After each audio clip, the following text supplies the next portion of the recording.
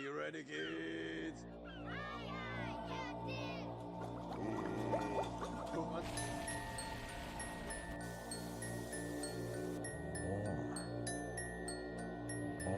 SpongeBob! What have you done? I did exactly as you said, Squidward.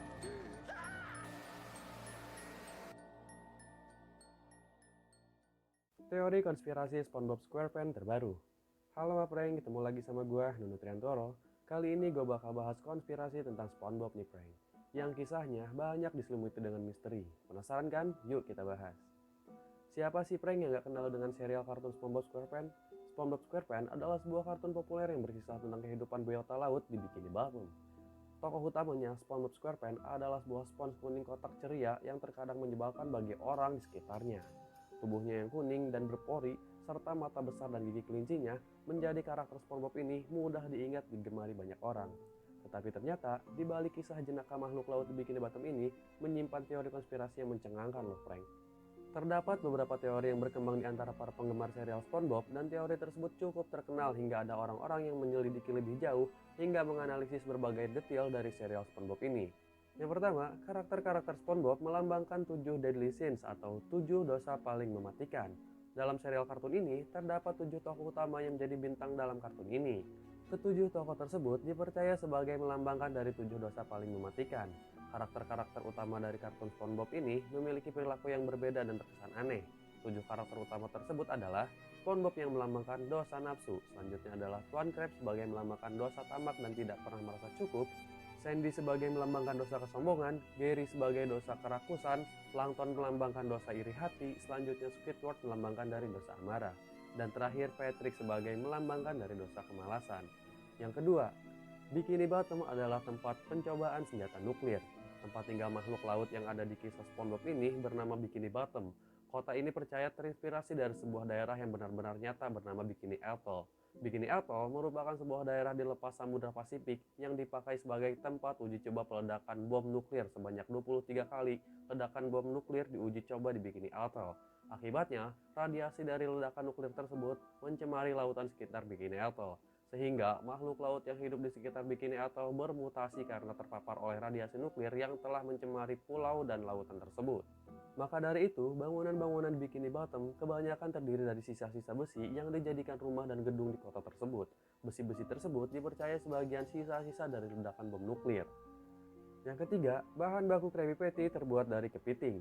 Teori konspirasi dalam serial kartun ini yang tak kalah mencengangkan adalah tentang resep rahasia Krabby Patty yang dibuat oleh Tuan Krabs. Krabby Patty adalah makanan khas yang digemari seluruh warga Bikini Bottom, Prank, yang rahasia resepnya sangat dijaga dan tidak ada yang boleh mengetahuinya. Kalian tahu nggak Prank kenapa? Menurut konspirasi warganet, karena Krabby Patty terbuat dari kepiting, Prank. Cerita yang beredar bahwa Tuan Krabs sebenarnya memiliki sang istri, namun istrinya disembunyikan di ruangan rahasianya karena sang istri harus terus-menerus reproduksi anak untuk bahan baku Krabby Patty-nya. Hal ini diperkuat karena Tuan Krabs yang begitu kikir dan selalu memiliki ruangan rahasia di rumahnya. Yang keempat, SpongeBob sebagai veteran perang. Para penggemar SpongeBob menemukan teori persamaan antara SpongeBob SquarePants dengan seorang veteran perang. Hal ini dikarenakan si spons kuning tersebut yang selalu menggunakan pakaian yang sama tiap harinya seperti seragam, kebiasaan hidup disiplin seperti bangun tepat waktu, serta kerap menyapa atasannya dengan mengucapkan "yes sure" atau "siap pak". Sebuah rutinitas yang sama seperti dilakukan oleh seorang tentara, dan teori ini juga kembali diperkuat dengan adanya episode yang berhubungan dengan SpongeBob bersama prajurit tentara. Menurut teori tersebut, dikatakan bahwa SpongeBob adalah seorang veteran perang yang mengalami trauma atau PTSD ketika berperang. Orang yang menderita PTSD umumnya akan menangani memori traumatisnya dengan cara yang menyenangkan. Mengingat SpongeBob merupakan orang yang sangat ceria, teori ini lumayan masuk akal dengannya. Yang kelima, Squidward diutus untuk menjaga SpongeBob. Teori ini mungkin membuat kita merasa heran, sebab Squidward Tentacle merupakan tokoh yang sangat membenci SpongeBob. Ia selalu kesal setiap kali sosok bertubuh kuning itu membuat kegaduhan di sekitar rumahnya. Menurut cerita dari warganet, orang tua SpongeBob khawatir dengan kehidupan baru anaknya yang menderita PTSD setelah perang. Maka, mereka meminta Squidward untuk mengawasinya dari jauh. Kita mungkin masih ingat, dulu Squidward merupakan pemain klarinet yang handal dan kerap ikut pertunjukan. Namun, setelah dia merusak pertunjukannya sendiri, dia malu dan memutuskan pergi dari lingkungan tempat tinggalnya. Lalu, pada masa terpuruknya, orang tua SpongeBob menemuinya dan meminta dia menjaga SpongeBob. Sebagai gantinya, ia menerima upah bulanan yang cukup besar. Hal tersebut cukup masuk akal, sebab jika diperhatikan, Squidward yang hanya berprofesi sebagai kasir mengadopsi gaya hidup mewah, rumahnya besar dan banyak lukisan serta patung mahal di dalamnya.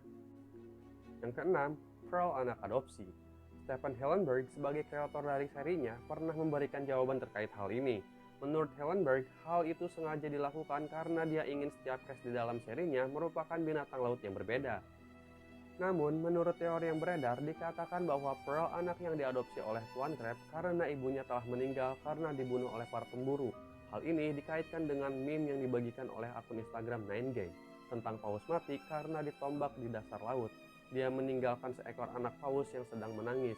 Tuan Crab yang mengetahui hal tersebut tak tinggal diam karena dia merasa kasihan, akhirnya dia membawa bayi paus itu bersamanya. Yang ketujuh, akhir kelam kisah SpongeBob dan kawan-kawan. Yang terakhir ini adalah teori konspirasi tentang kematian SpongeBob SquarePants. Namun, tidak dijelaskan apa penyebab kematian dari SpongeBob. Dalam salah satu episodenya, ada sebuah scan yang memperlihatkan foto jasad SpongeBob saat Squidward membaca surat terakhir. Krusty Krab akhirnya harus dijual oleh Tuan Crab kepada musuh bebuyutannya yaitu Plankton. Namun, sepeninggalan SpongeBob tidak ada lagi koki yang bisa menyamai kehebatannya, sehingga Krabby Patty tidak sepopuler dulu. Siput peliharaan SpongeBob, Gary, diadopsi oleh Squidward, dan Sandy berhenti melakukan penelitian karena tidak ada lagi SpongeBob yang bisa menemaninya. Patrick mengalami depresi setelah ditinggal oleh sahabat karibnya, dan akhirnya menyusul sahabatnya. Patrick pun dimakamkan bersebelahan dengan SpongeBob. Itulah prank teori-teori konspirasi yang meliputi kisah cerita kehidupan Bikini Bottom di serial SpongeBob SquarePants. Ada yang pernah mendengar lagi teori konspirasi yang lainnya tentang kartun ini? Kalian boleh komen di bawah sini. Oke prank, gitu dulu aja video dari gua. Kalau kalian suka dengan video ini, jangan lupa like, comment, share, and subscribe.